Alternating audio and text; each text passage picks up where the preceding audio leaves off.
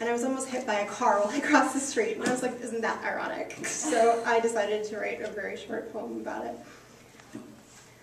She did not fall, but rather flew, with only a momentary sense of grace, freed from her shoes, from her breath, and later the paramedics would comment on the poor little dead girl and her dog-eared first edition of On a Life Well Spent.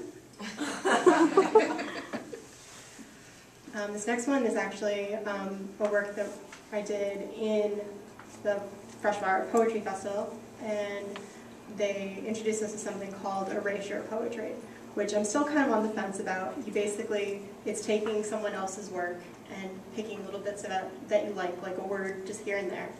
So kind of like creative plagiarism, I don't know, but I like how this sounds, so I'll read it for you. It's erasure poetry from, I believe it was The Awakening, it's from Kate Chopin, and I call it For Kate. Knowing a heart trouble, gently veiled in her husband's newspaper, he had only hastened the message. Women wept in sisters' arms, the storm facing the open window, pressed down by a haunted soul.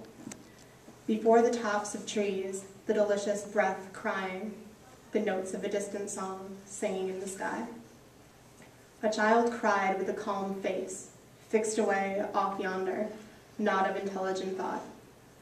There was something coming, creeping, reaching through the air. Rose approaching to beat back power, slender hands abandoned, little lips vacant of blood. She did not stop to dismiss the trivial. She would weep with love, but she saw beyond that welcome.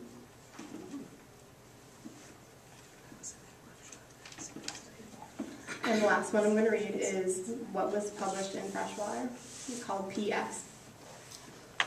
I was kept sheltered, mostly, from the intricacies of gray matter, degenerative illness buried deep in the skull of the man I called father. Soreness in his palms, where he still felt the ache of the 9-inch nails, tearing weak human flesh from martyred bone, fasting, praying, waiting for his Lord.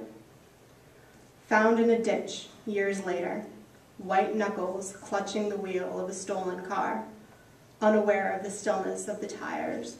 Police told my mother he was coming to kidnap your little girl.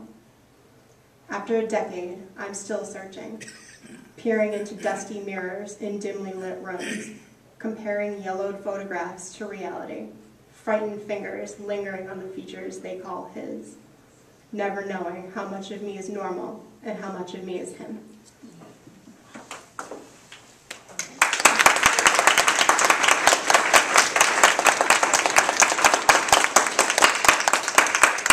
Next is Lisa Mangini.